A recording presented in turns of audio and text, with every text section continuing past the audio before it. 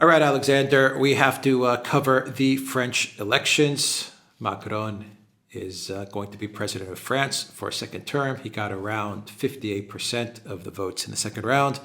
Marine Le Pen got a little over 42%. I believe those are the final numbers, give or take. But Macron, a second term as French president. There are a lot of people talking about some shenanigans that took place as well in the elections and in the vote counting. But I think the results pretty much fell in line with what the polls had and what the general sentiment was about the second round. My take on it is that the second round was not nearly as interesting or as dramatic as, say, the first round. I think the first round showcased the collapse of the center. The second round was pretty much a no surprise event. I think this is exactly right. I'm going to say straight away, I think Macron's win he won with a slightly bigger margin than I'd expected. I was expecting it to be 55 to 45. In the end, it was 58 to 42. But what it demonstrates to me, I mean, here you have a universally disliked French president. You have a left and a right that agree on most substantive policy issues.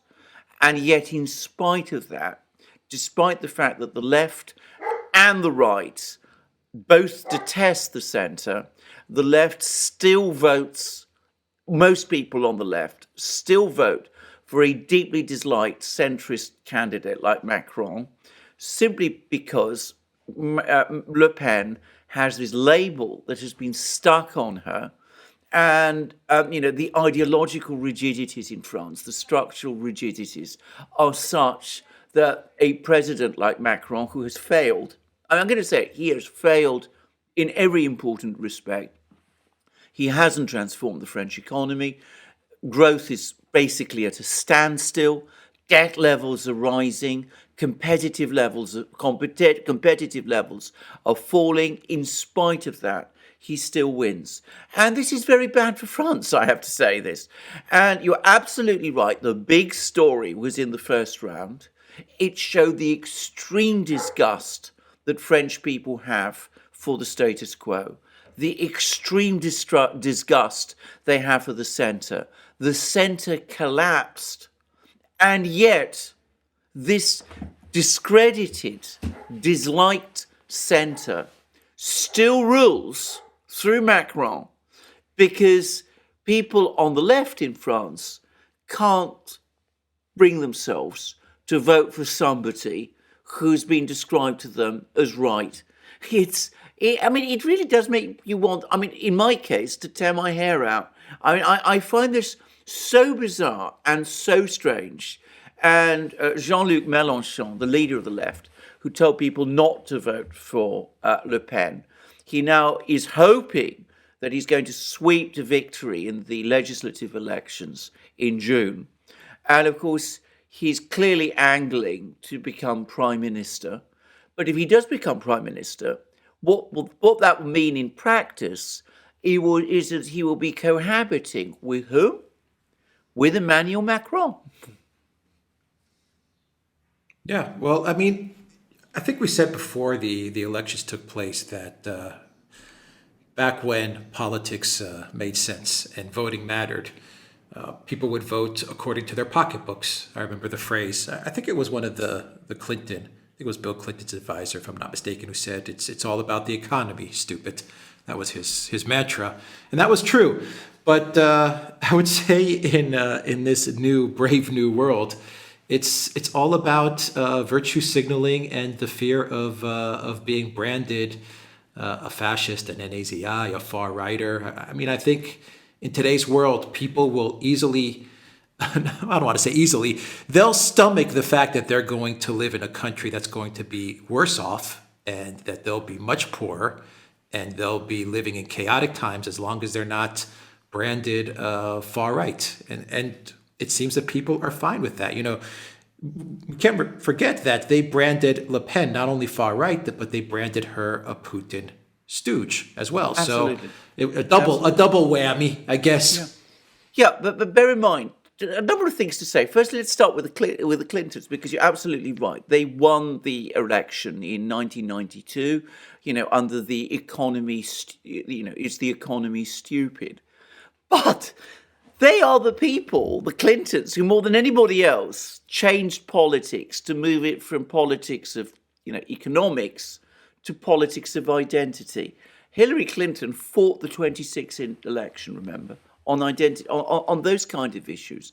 It was Trump who fought the election in 2016 on things like the economy. So it's fascinating to see how, the Clintons did one thing in 1992, but they managed to sell to everybody on the left and on the centre this alternative type of policies. That's one thing I wanted to say.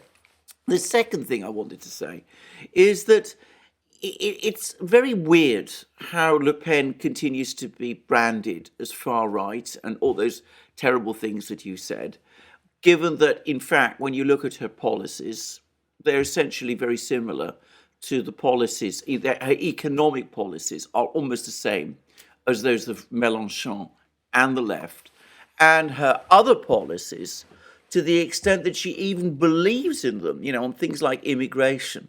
As I pointed out in a video I've just done for my own channel, they are not very different now from those of, say, the existing British government. I mean, the kind of very hard things that she was saying she was going to do, she no longer says she's going to do. And yet, she still gets characterized and effectively labeled as this, far right fascist Nazi figure. That again, I find extremely strange.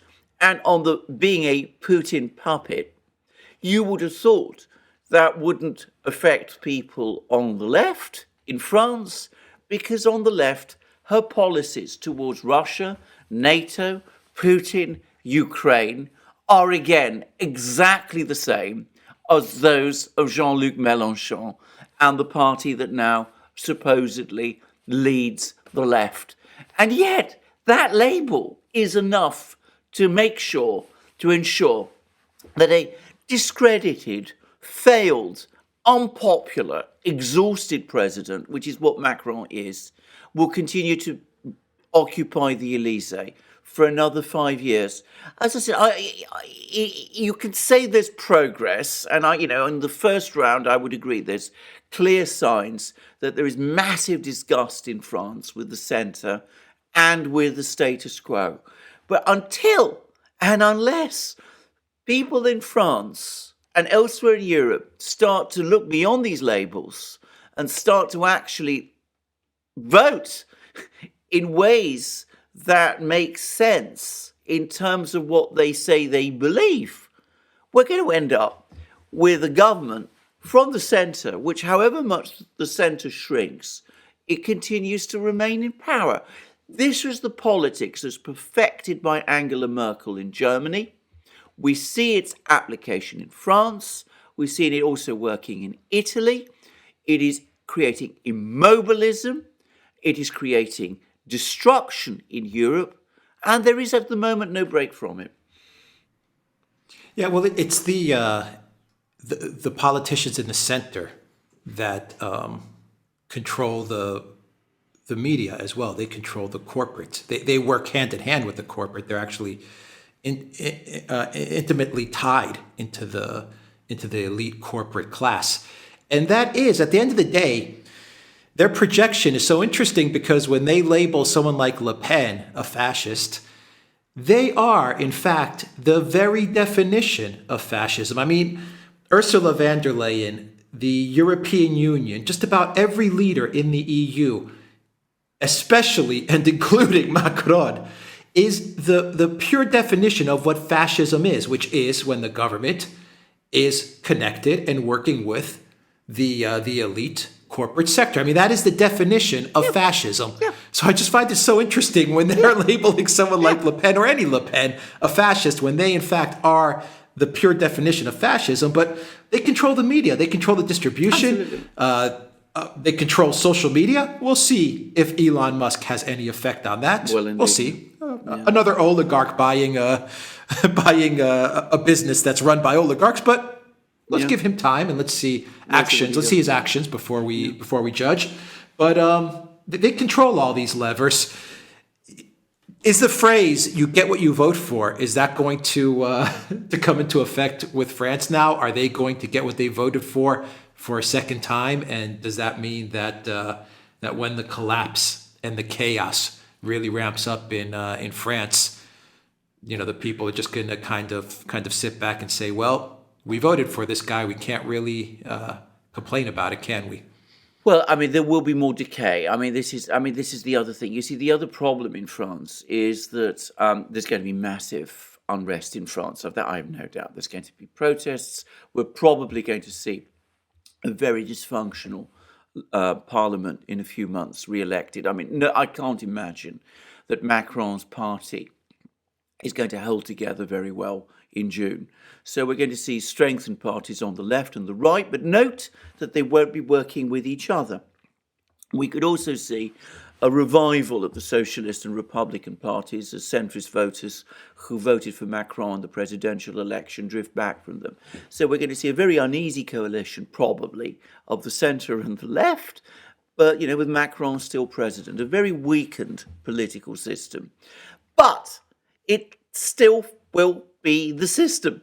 And short of an outright revolution, by which I mean, people storming the Elysee and, all that kind of thing, which is not impossible in France, but doesn't seem very likely at the moment, then, this state of decay, this state of chaos, this state of decline is going to continue and it's going to accelerate because in order to turn it round, you need a strong, purposeful government like the one France got in 1958 when General de Gaulle took office. But you're never going to see this system that we see at the moment that's been created is almost designed to prevent that. And by the way, what you said about, the corporatist system that exists in France and in Europe is absolutely true. Whatever you may think of Le Pen, whether you like her or whether you don't, whether you agree with her policies or whether you don't, she is a real politician. She goes out, she fights elections, she meets people in, town halls and cities and travels around France, does all the things politicians in democracies once upon a time used to do. Yet she gets labelled with the F word. And, the corporatists in Brussels and in Paris and in Berlin and in Rome and in Madrid and in all of those other places don't. And as you correctly say, they're very effective at using that label against everybody else. Yeah. So Macron is going to be president of France for a second term, but I think there's another story to this election, and that is that Macron is going to be angling for the presidency of the European Union. He is going to be now the Napoleon of the EU. He doesn't have Angela Merkel there to hold him back. He's not going to be in Merkel's shadows as he was during his first term. He has a very weak Germany, a very weak Olaf Scholz, and I think there's no doubt that Macron is very eager to weaken Germany even more and to solidify France's position as the dominant country in the European Union and his position as the de facto Jupiter of EU, the Napoleon of EU. He also has Christine Lagarde at the ECB as well, who's going to be working alongside him. So, one of the most important stories with regards to this election is that you're going to have a globalist, integrationist Macron angling and moving towards becoming the emperor of all of Europe. I think he wants that. I think he's been angling for this since he first got into office during his first term. He's seeing his future now, his future vision come into fruition, and he's gonna go for it. What do you think he's going to do with the EU? No, I think you summed it up exactly. I think it's exactly what he wants. The point about Macron is I don't get the sense that ultimately he's very interested in France at all. He's always his concern. It has been Europe. I mean, he became president under the slogan, "More Europe."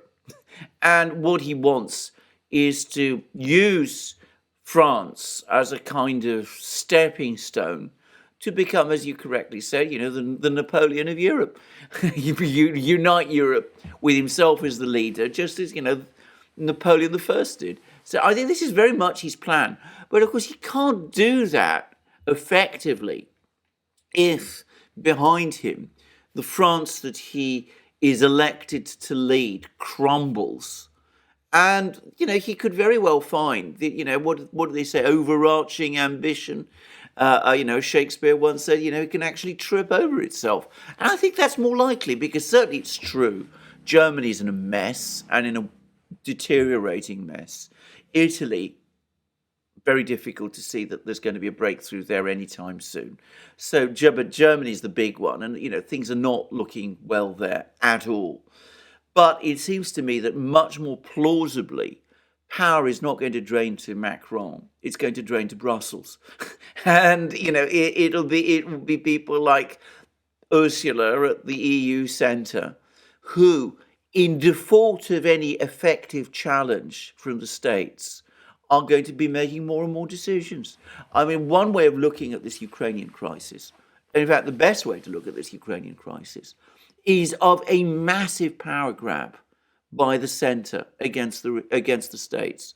I mean, the EU centre has strengthened itself enormously. Of course, its foundations are crumbling too. You see the euro losing value against the dollar. You see, Christine Lagarde unable to raise interest rates, unable to stop QE because she knows that if she does that, that's going to create massive problems in Italy and France, especially in France. And of course, she doesn't want to see that. So you see the EU as a structure starting to crack. But I can't really see Macron achieving the kind of things in Europe that he says that he clearly wants to do. I don't even think he has a plan to do it, to be honest, and ultimately, if France crumbles beneath him, if we start to see protests in France, which we will, if we have a dysfunctional parliament in France, if we have a Prime Minister Mélenchon who is hostile to the EU, though I suspect deeply compromised if and when he does become Prime Minister. I'm not convinced he will, by the way, but that's another story. Well, then it doesn't look as if Macron is in a very secure position either. And of course, you shouldn't underestimate how unpopular he still is in France.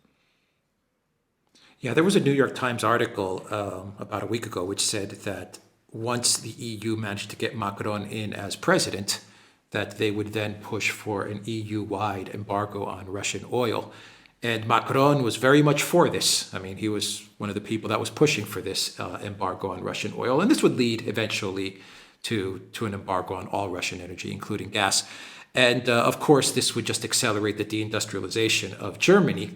And but my question is, do you think that Macron, now that he is president of France, now that the EU got their man in France, do you think they're going to really ramp up and escalate not only the economic sanctions, at least whatever they can at this point in time, because they can't do much, but do you think they're going to try to escalate the sanctions with things like full embargoes on Russian products and Russian energy?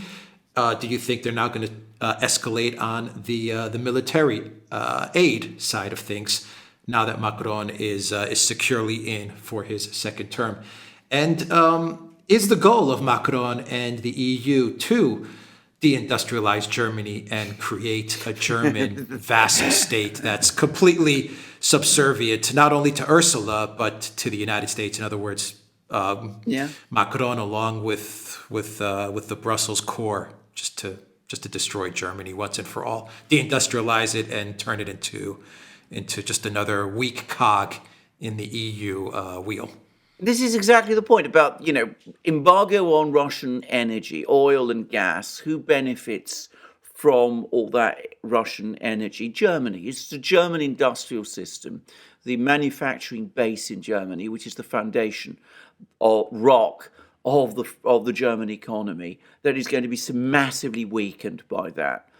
So it's very easy to see how Macron, from his perspective in Paris, and you're absolutely right, he's been the person who's been pushing this idea of an energy embargo hardest of all, apart from the Poles. But I mean, Macron has been pushing it relentlessly. His target isn't Russia. His target is Germany. He wants to weaken Germany even more because, of course, if the weaker Germany is, the stronger, from his perspective, France is, and ultimately he is. So that way, that puts him in a better position to be the Napoleon who leads Europe. It's very bizarre that people in Germany haven't figured it out. But that is ultimately what Macron wants. Just as, of course, Macron also wants a European army, and that's why he's going to push for more military supplies to Ukraine. Again, it's not ultimately because he's interested in Ukraine. It's not ultimately because he's even interested in Russia. Again, what he wants to do is to create military structures within the EU, which France, as the strongest military power in the EU, in Macron's own estimation, will then be able to lead. Problem is, of course, twofold. Firstly, with the oil sanctions, Janet Yellen came along and said, we're held back. This isn't such a good idea. Because if you start imposing sanctions on Russian oil to Europe, that will make oil prices rise globally. And yes, that will affect us in the US as well. And maybe, ultimately we can ride it out and we wouldn't be too sorry if we saw Europe sink further. But we have these difficult midterms coming. So, hold back from doing that for now because it isn't really going to work for us well for now. So I think actually it was Janet Yellen, believe it or not, who put a spoke in that particular wheel. But, I think Macron will get his way in the end. And I think the hardliners will get their way in the end. Because ultimately, with this very weak government in Germany, with the Greens in the government who are themselves Atlanticist and anti-industrial anyway, they will ultimately do what Macron wants. They might not do it, this week or next week, but sooner or later, that is what they will do. But the problem is, Macron doing that, yes, he might eventually end up, the suzerain of Europe, but it will be a fragmented and weakened Europe, and a fragmented and weakened France. I don't know to what extent he himself understands this, whether he really understands that what he is trying to do, he's like the parasite ultimately, whose obsession with strengthening Europe is ultimately weakening it, because he has a centralist vision of Europe, whereas the whole of European history is that Europe becomes strong when you have strong nation states vigorously competing against each other. But that isn't something Macron has any conception of or understands, and nor does the leadership in Brussels. Yeah, my final question is, I just wonder, does the leadership in Germany, outside of the Greens and Olaf Scholz, who seems, by the day, Olaf Scholz seems more and more lost, but he reminds me of like a Mr. Magoo type of figure. Yeah, but my question is he just seems so lost. Does the German political class, do other opposition parties, are there people in Germany that realize that this is not only a war against Russia, and this is not only a conflict in Ukraine and a proxy war that the West is waging in Ukraine, but this is a war that's being waged against Germany as well. I mean, I come back to this theme that we've been talking about since Nord Stream 2, since the cancellation of Nord Stream 2. At the end of the day, this is very much a war which sticks to the NATO mantra: keep Russia out, keep America in, and keep Germany down. And it seems like NATO and the Atlanticists and the elites, they're checking off all of those boxes. Have the Germans realized that there is a keep Germany down component to all of this? Are they going to wake up? No, I don't think they have. I mean, there's a few people. Gerhard Schröder, the former chancellor, who's now persona non grata, even in Germany himself. He's been trying to explain this to people, but nobody in Germany is listening. If you go to Germany, I've mentioned this before in previous programs, one of the things that you discover very, very quickly is the extreme provincialism of the German political class. They are not people, to say it straightforwardly, who understand these big things. Sometimes, every so often, you used to get these big figures like, say, Willy Brandt in the past, or to some extent Helmut Schmidt. But basically, by and large, they're people who come from, these very nice, well-ordered small towns and regions up and down Germany. They're very familiar with local politics. They understand those things, that side of politics very well, but they don't understand these bigger pictures, and they don't really see them. And of course, with Germans, I'm sorry to say this, again, I hope people who are from Germany and watching this program aren't going to be offended. They're very easy to manipulate by outsiders, by self-interested outsiders, be they British, French, or American, who frankly run rings around these people. Now, every so often you do, as I said, get a German leader who does see beyond that. Willy Brandt was such a one. To some extent, Helmut Kohl was another. Angela Merkel had the kind of cynicism that, meant that she had a grasp of these sort of things. But the German political class as a whole does not. And at the moment, they're all drinking the Kool-Aid, being, in the battle against these sinister people in the East, who Germans have often had a historic issue with also. And I don't think they see this at all, and I don't think they understand that. And if you explained it to them in the way that you've just done, they would be baffled by it, because they've convinced themselves that they're part of this club with the French and the Americans and the British, and they don't understand at all that this isn't a club that they're really a part of in quite the way that they imagine. Yeah.